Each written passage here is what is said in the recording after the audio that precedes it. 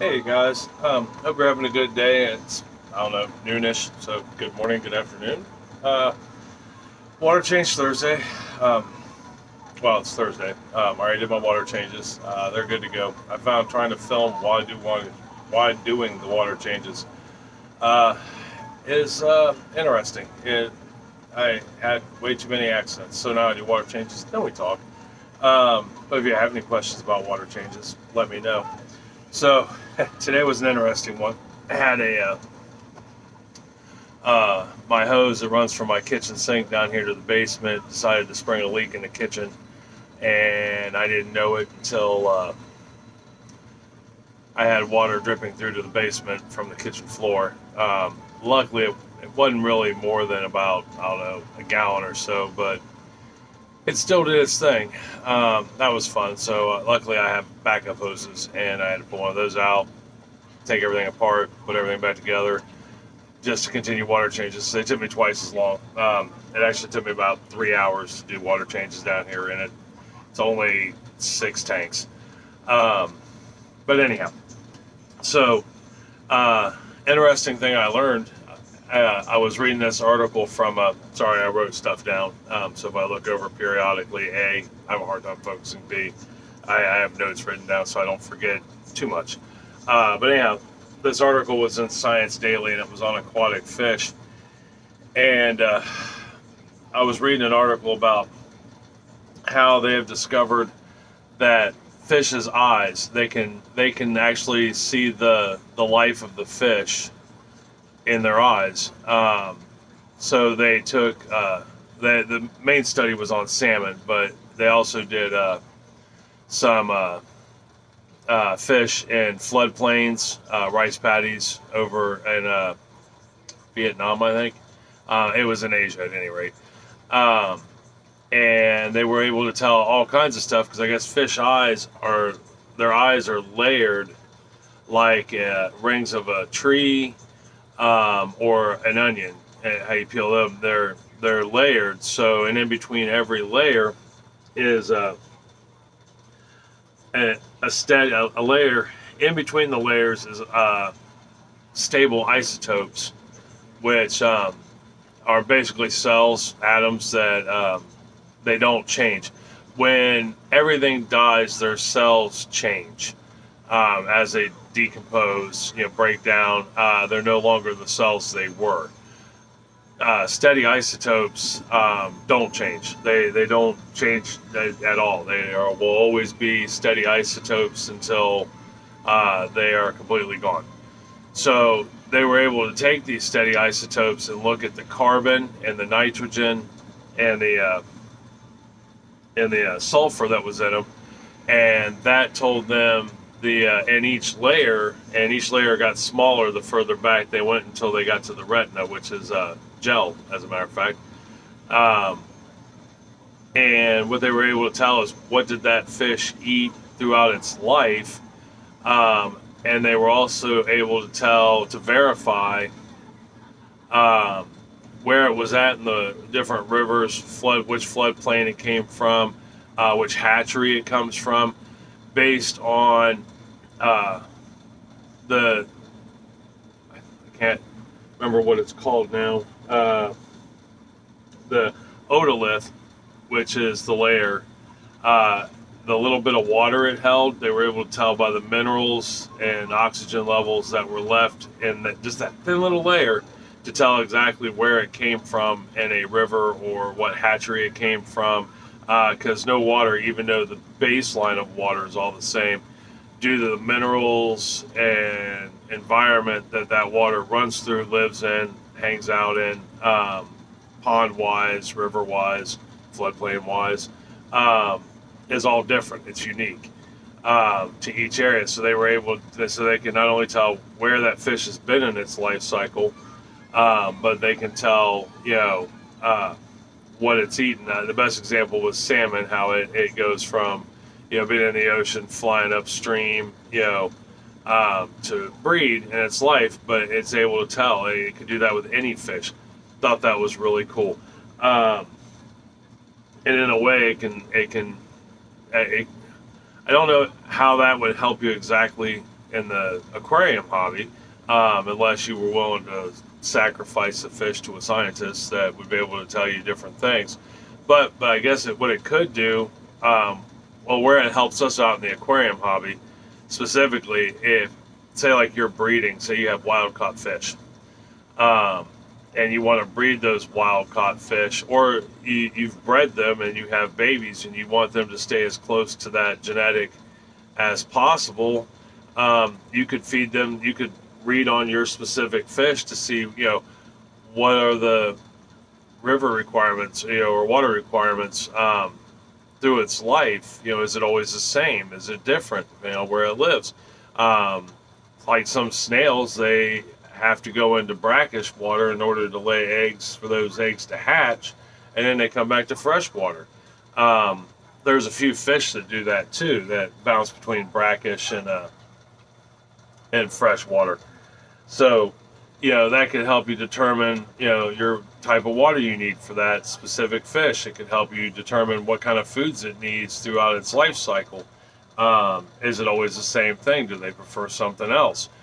Is there a nutritional value that type of fish needs to help ensure breeding levels? I think there's an endless possibilities of knowledge out of that.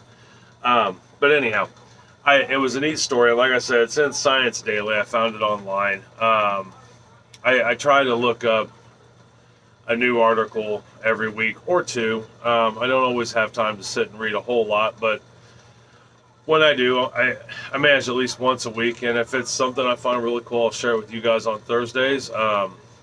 If it's not, I'll share it on another day of the week, probably Tuesdays, because Tuesdays is kind of like an open format. If you guys happen to comment and tell me there's something you want to see or talk about, or want to hear me talk about or discuss, let me know. But Tuesdays is kind of an open format, and we can just sit at the table and talk.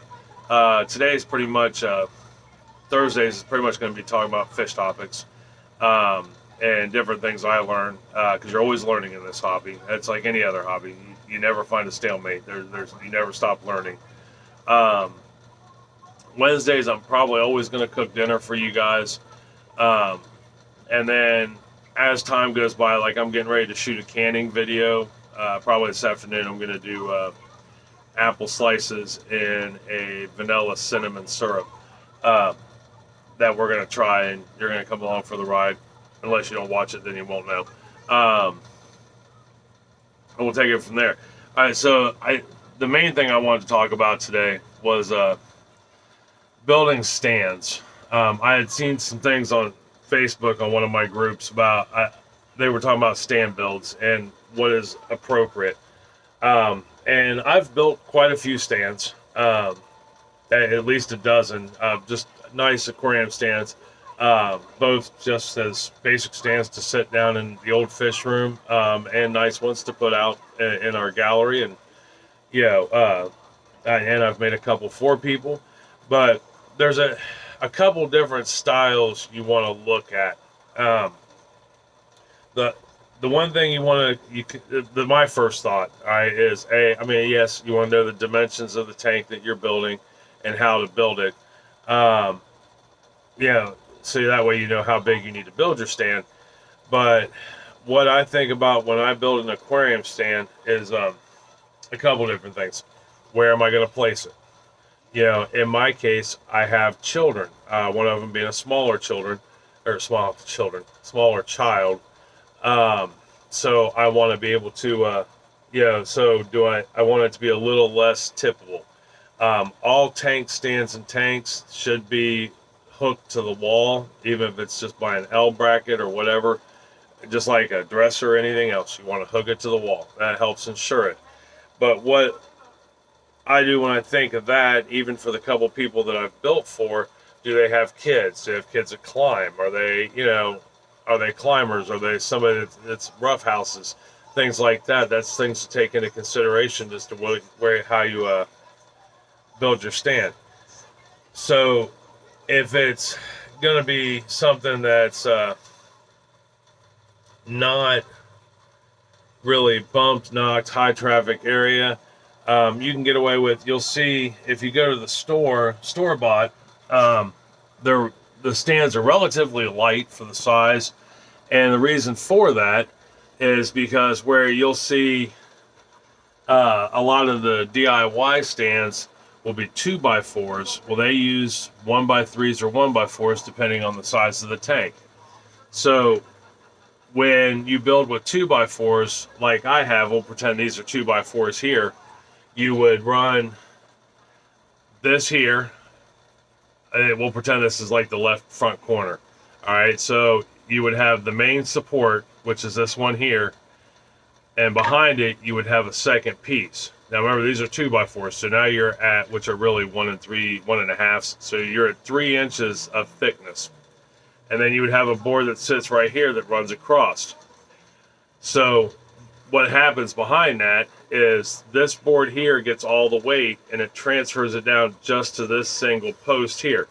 This post behind you is really nothing more than just to hold all this together. It does not serve any true weight function.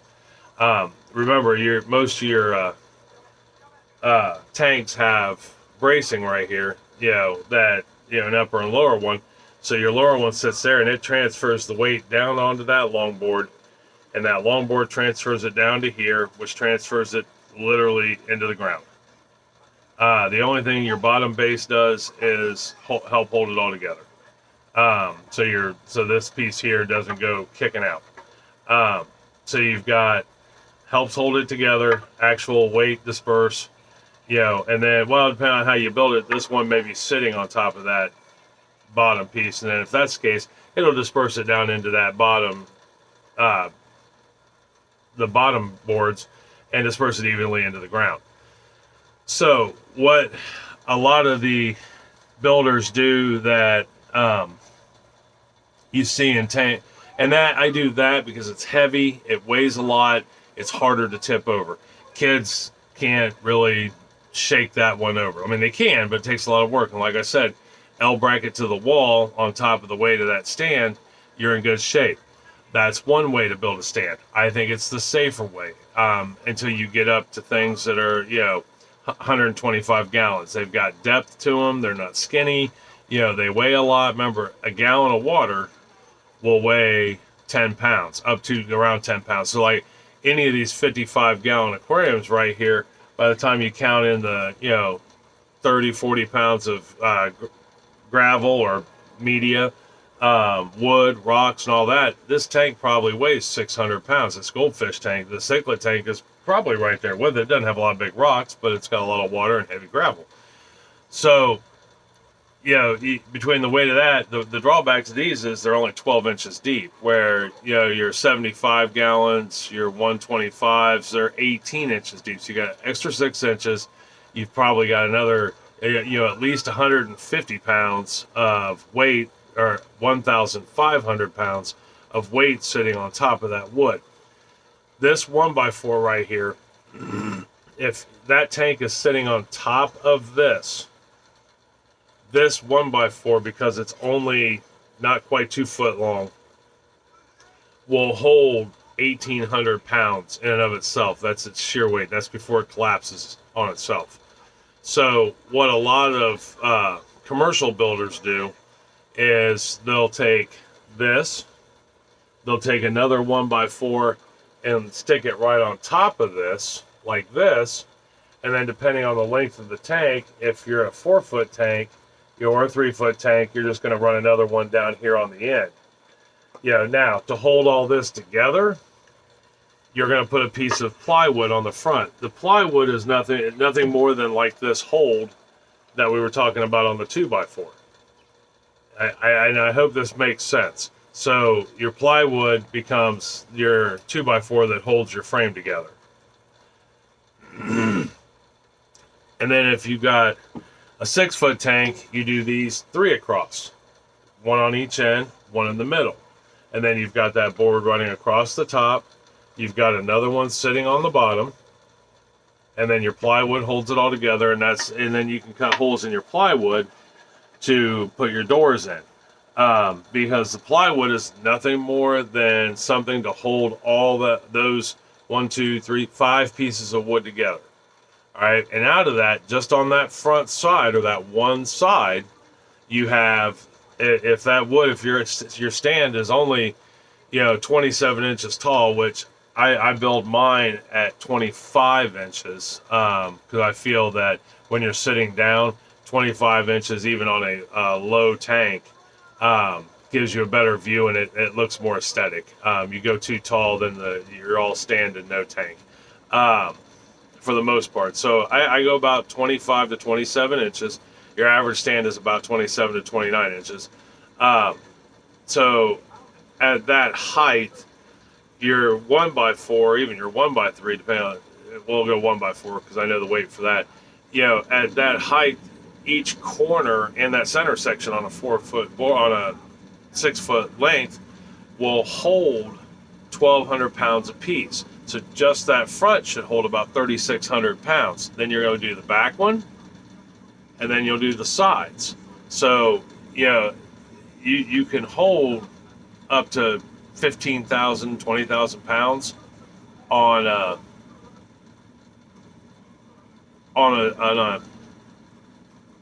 stand like that with them being inverted. Remember, when it comes to wood, the weakest way to do wood is this way. There's very little support. The reason why you can get away with boards like this on a 4-foot tank without a center support is 4-foot tanks, all their weight distributes at the corners, not in the middle.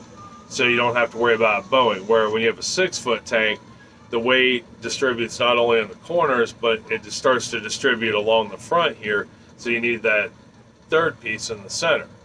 My 210-gallon tank, when we had it was just like I described. One 1x4, well in this case it was 1x6s. One 1x6 in each corner, a 1x6 in the middle, and then a 1x6 running across the top and the bottom, held together by plywood in the front. And it held a tank that weighed over a ton. So I know the theory works. Now you don't want to use a soft wood when building like that if possible. I mean, you want to use a good oak. You want to use a hardwood. An oak. Pine is good if you're building a sturdy tank, like a sturdy stand, like I was talking about before with 2x4s. Those are good, and you can make them look nice. The tank stands I built, my very first 2 videos that ever got this started, they were built out of pine with birch facing with plywood to wrap it with. So those are 2 things to consider. Tank size is another. When you're looking at a tank, what are you looking to do with it? That's a couple things. Are you very first starting out? If you are very first starting out with fish, try not to go too small.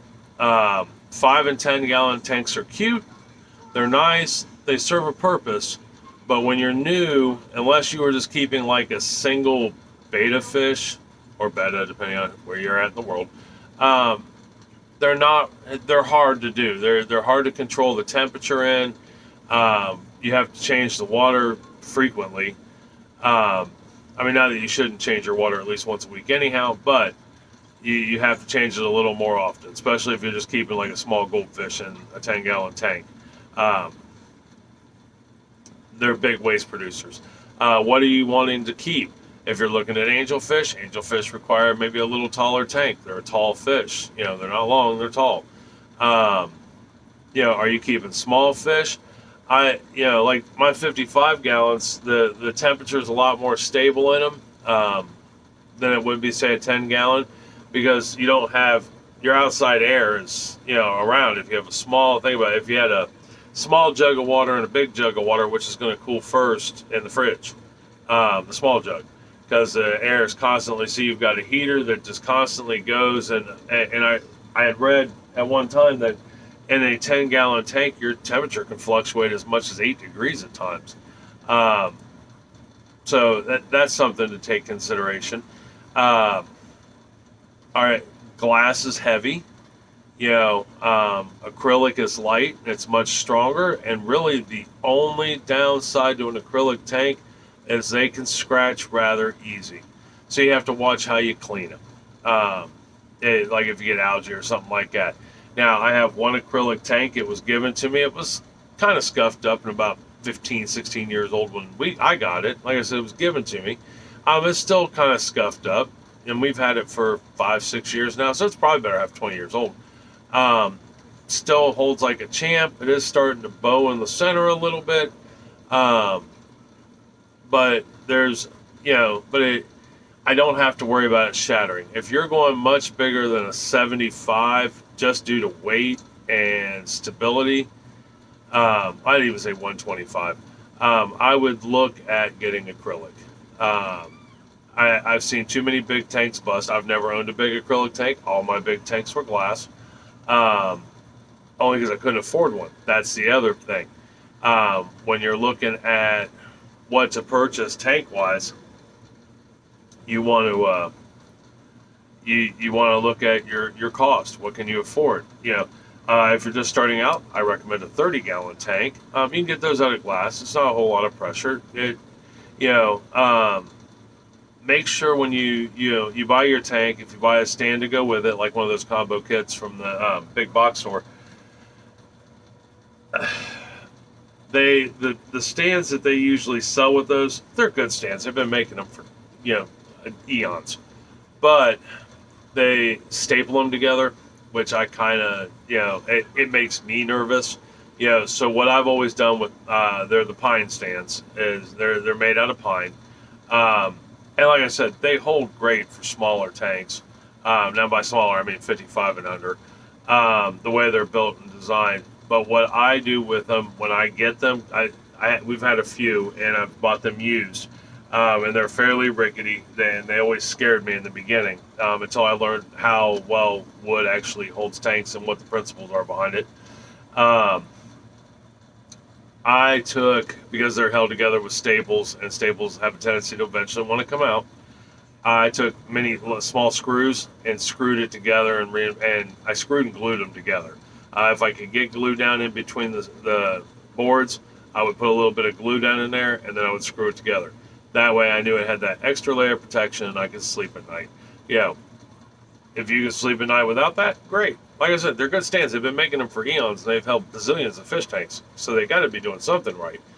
But I prefer to make my own stands now, and I make them out of hardwood, at least the frame parts.